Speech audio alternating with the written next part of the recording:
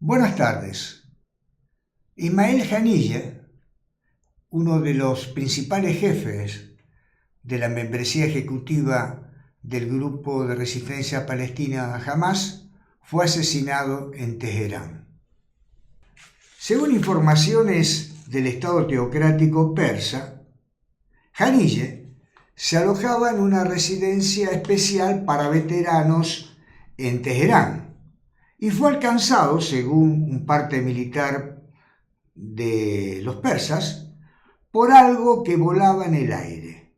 Así lo anunciaron oficialmente. En las cercanías de Haniyeh también se encontraba, pero en otro espacio o inmueble, el líder del movimiento Ziad Nahla. Según fuentes israelíes, fue un misil lanzado desde el exterior del perímetro o límite de la República Islámica de Irán.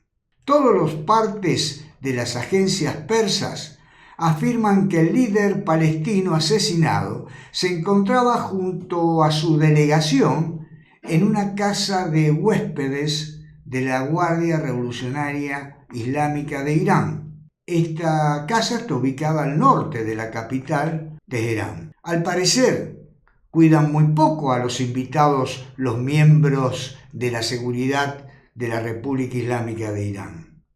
Pero lo más importante es que las autoridades representativas del Estado teocrático persa abrieron una investigación sobre la circunstancia del asesinato de Ismael Haniyeh. Igual dijeron que iban a investigar cuando fue el accidente que le costó la vida al presidente Brahim Raisi. Hasta el momento tampoco se informó sobre los hechos donde murió el primer mandatario persa en la caída del helicóptero que también le costó la vida al ministro de Relaciones Exteriores de la República Islámica de Irán. Por otra parte, el Washington Post citó a Blinken, secretario de Estado de Estados Unidos, y parafraseando al funcionario, la administración Biden no recibió ninguna advertencia previa sobre el ataque a Haniyeh y no tuvo ningún papel en ese ataque. Al parecer, la administración Biden toma distancia de este hecho perpetrado en manos del Estado sionista. Este tipo de limpieza de dirigentes palestinos, como le gusta llamar al Estado de Israel, nos recuerda al realizado por el Servicio de Inteligencia israelí, el Mossad, en el año 2010, cuando asesinó a un alto dirigente palestino, a Mahmoud al-Mahjoub, en una habitación de un hotel en Dubái. Al parecer, los Emiratos Árabes Unidos, igual que los persas, cuidan muy poco a los huéspedes palestinos. Seguramente este asesinato perpetrado por el sionismo complicará las conversaciones de alto fuego en Gaza y la liberación de los detenidos, y se entiende entonces que Israel no está haciendo absolutamente nada para estabilizar la zona, para tratar de lograr siquiera un alto al fuego transitorio, y que de esta manera se pueda avanzar en el intercambio de prisioneros y rehenes.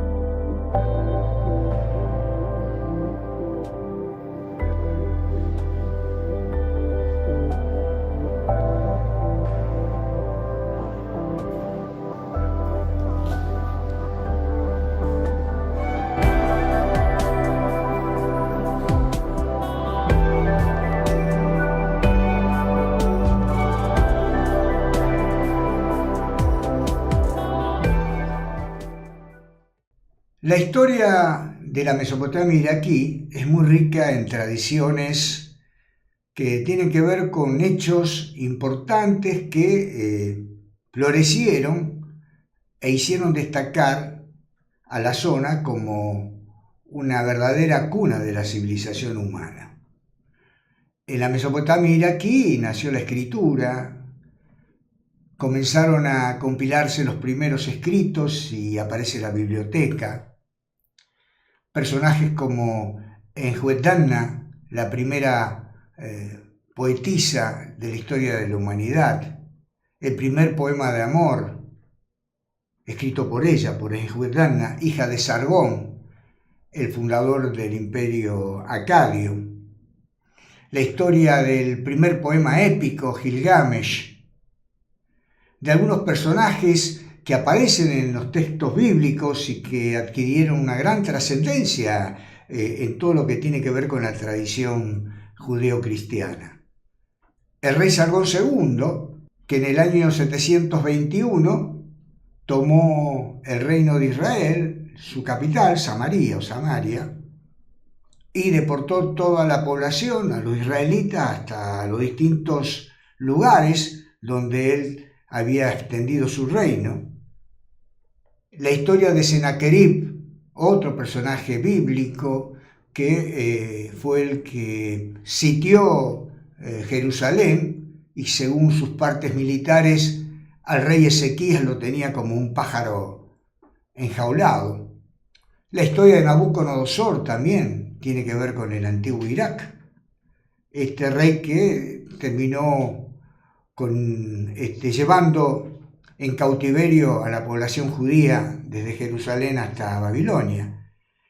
Es muy rica en distintos segmentos vinculados a las distintas ciencias, pero inclusive también en las cuestiones que tienen que ver con lo lúdico, con los juegos.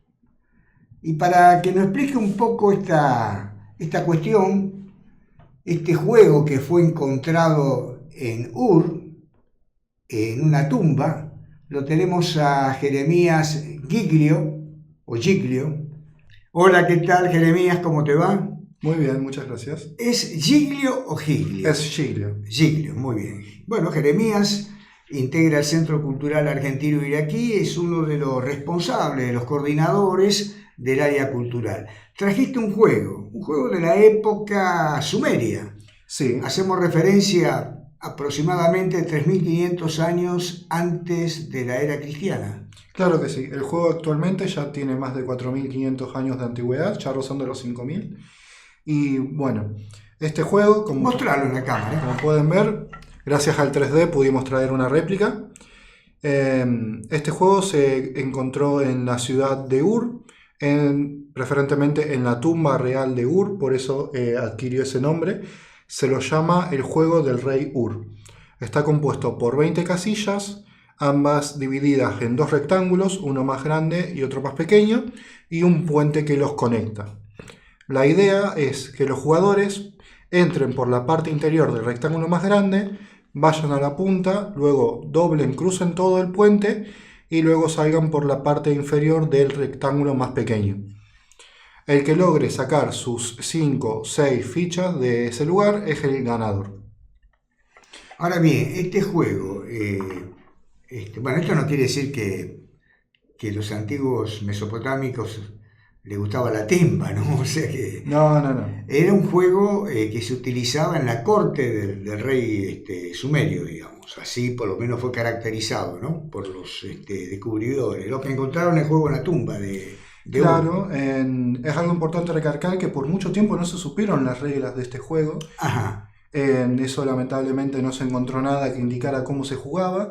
Afortunadamente se encontraron unas tablillas de barro que tienen más o menos de 1200 a.C. Se encontraron bastante después también.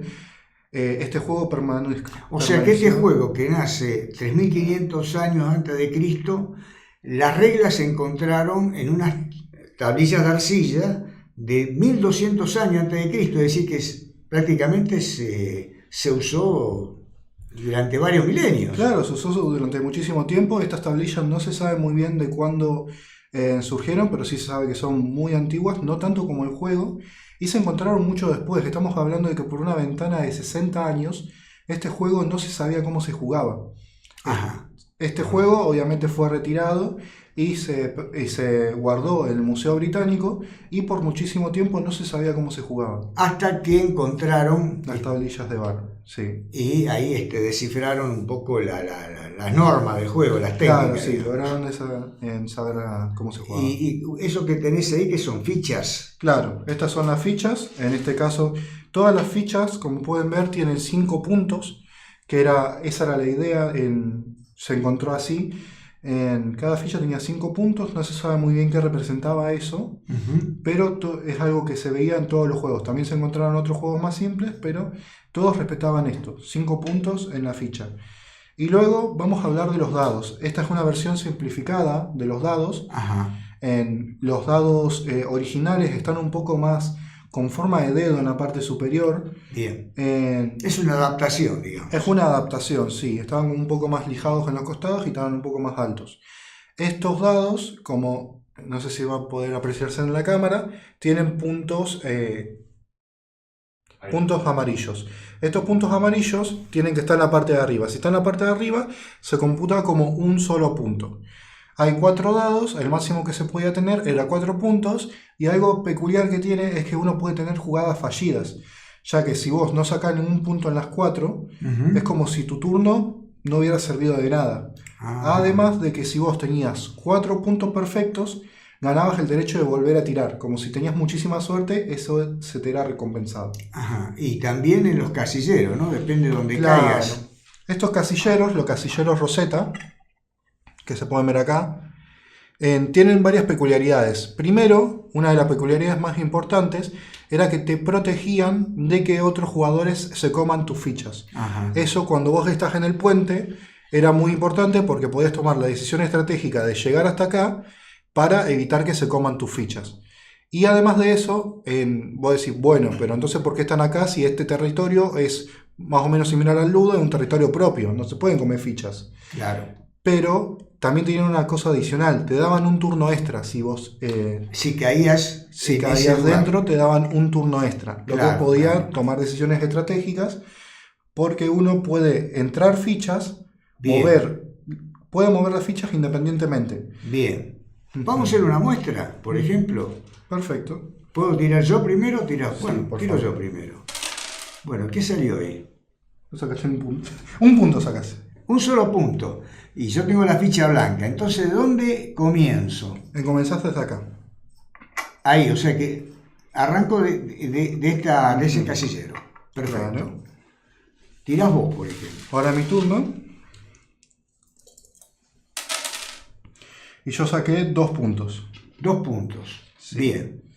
Yo soy las rojas y comienzo desde acá.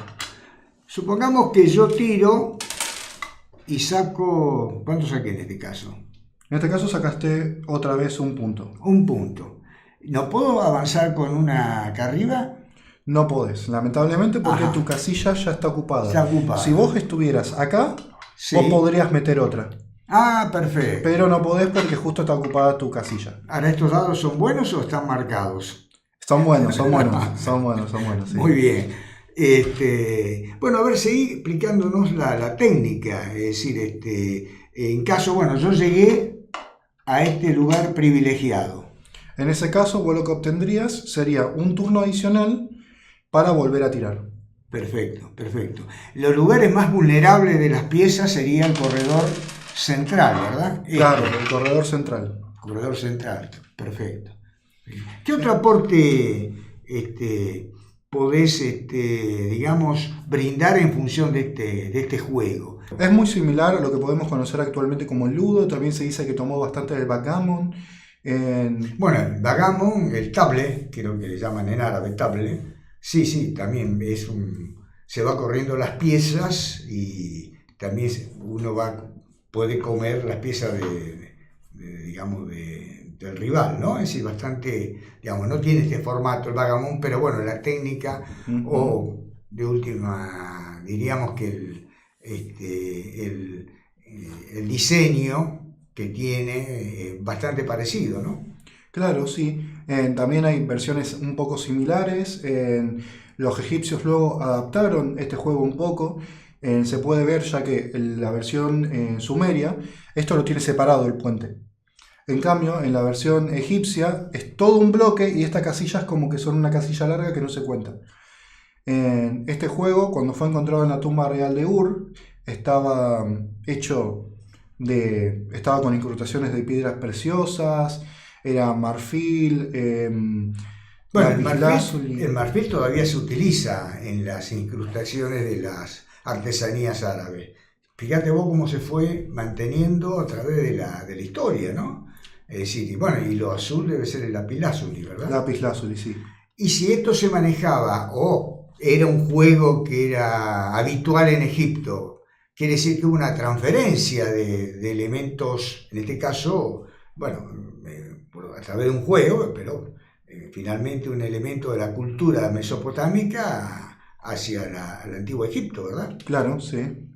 Y vos me decís que hubo una adaptación, esto era más directo, un casillero...